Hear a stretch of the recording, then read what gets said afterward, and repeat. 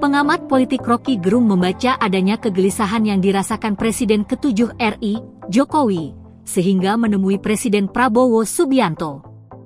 Seperti diketahui, Prabowo menerima kedatangan Jokowi di kediamannya, Jalan Kertanegara 4, Jakarta Selatan, Sabtu, 5 Oktober 2025. Dimulai pukul 13 WIB, keduanya berbicara 4 mata sampai 2 jam. Pihak istana menyebut, pertemuan tersebut membicarakan masalah kebangsaan.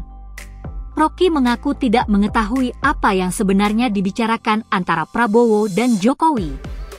Namun kecurigaannya muncul ketika menelaah konteks politik terkini yang menyelimuti pertemuan itu.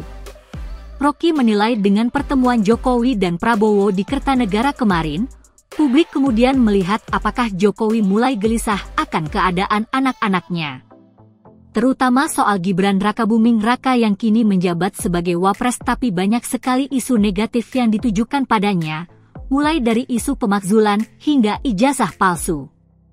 Lalu juga soal menantu Jokowi, Bobi Nasution yang menjabat sebagai Gubernur Sumatera Utara, dan terus jadi sorotan imbas kebijakan-kebijakannya selama ini. Menurut Rocky, Jokowi, dan dinastinya, dalam hal ini, sang sulung wapres Gibran Rakabuming Raka, dan menantunya, Gubernur Sumatera Utara, Bobi Nasution, tengah dirundung masalah.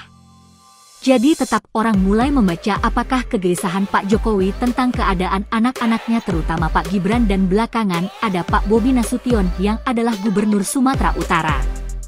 Itukah yang jadi tema utama sehingga ada urgensi Pak Prabowo menerima Pak Jokowi, atau ada urgensi Pak Jokowi ingin bertemu dengan Pak Prabowo?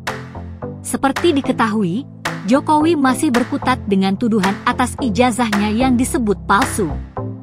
Pakar telematika Roy Suryo dan sejumlah aktivis dan akademisi menjadi pihak yang paling getol menyuarakan, bahkan sampai membuat buku putih untuk membuktikan ijazah Jokowi yang digunakan untuk mencalonkan diri sebagai presiden bermasalah. Jokowi bersikeras tak mau menunjukkan ijazah miliknya dan memilih melaporkan Roy Suryo CS ke Polda Metro Jaya dengan tuduhan pencemaran nama baik dan berita bohong. Sementara Gibran kini tengah digugat secara perdata ke Pengadilan Negeri Jakarta Pusat terkait ijazahnya.